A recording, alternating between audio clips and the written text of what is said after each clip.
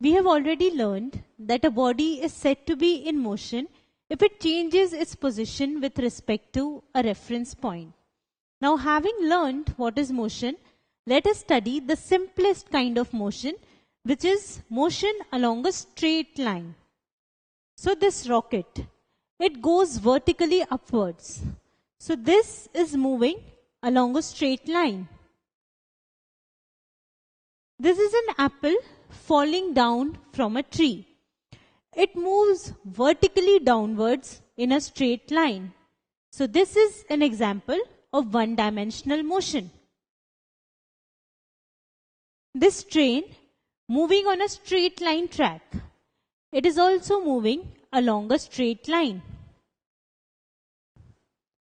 The drawer of a table.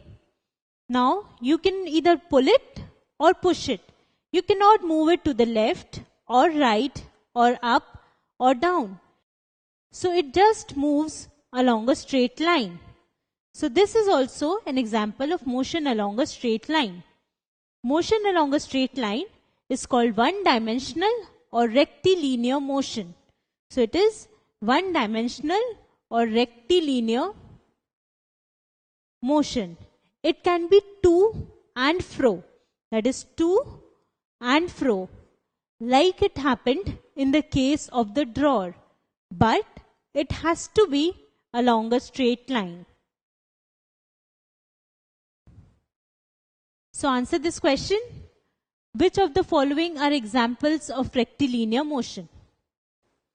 Now let us look at these examples one by one.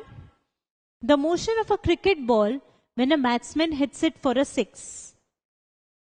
So this is the movement of a cricket ball and the path followed by a cricket ball when the batsman hits it for a six. And we can clearly see that it is not a straight line.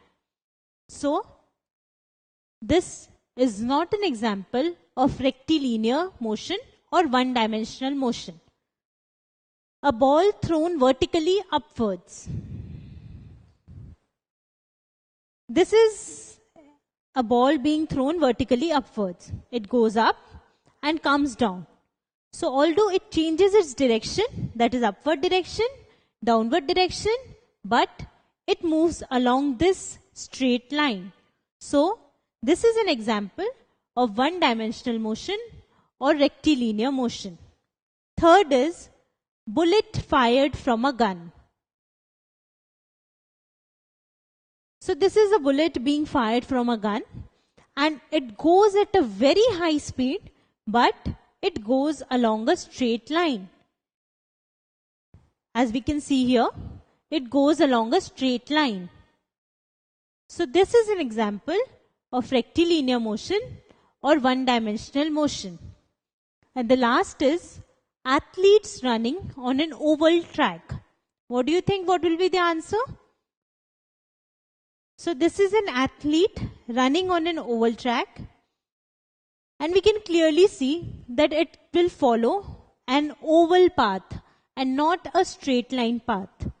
So this is also not an example of one-dimensional or rectilinear motion.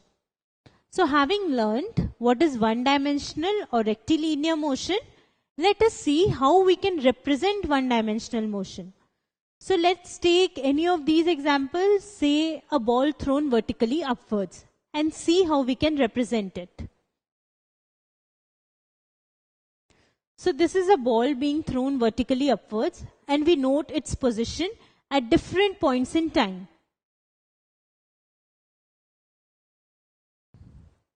So at t equal to 0 seconds, the ball was at 0 meters. So we mark a point at 0 meter. At t equal to 1 second, the ball was at 10 meters. So we mark a point here. At t equal to 2 seconds, the ball was at 30 meters. At t equal to 3 seconds, the ball was at 40 meters. Then it started coming downwards. At t equal to 5 seconds, it was at 20 meters. And at t equal to 6 seconds, it came at 0 meters. That is from where it was thrown. So we take an axis and mark the points on this axis. However, representing motion in terms of vertical axis is not very convenient. So what do? We take this axis and we tilt it.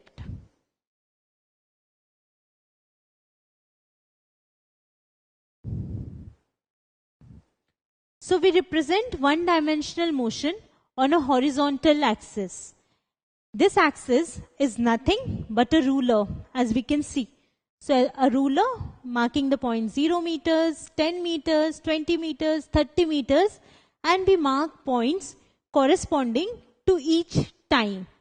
So we represent one-dimensional motion on a horizontal axis. This is irrespective of the direction in which the motion is taking place. So as in our example, although the ball was being thrown vertically upwards, but for that also we represent it on a horizontal axis. And after representing it on this axis, we record the motion on a table.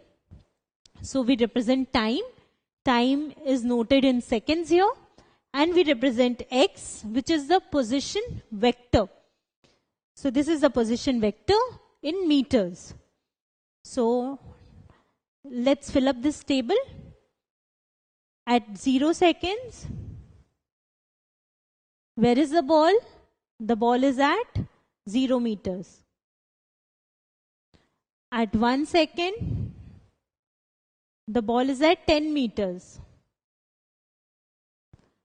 Then next is 2 seconds. The ball is at 30 meters. 3 seconds. The ball is at 40 meters.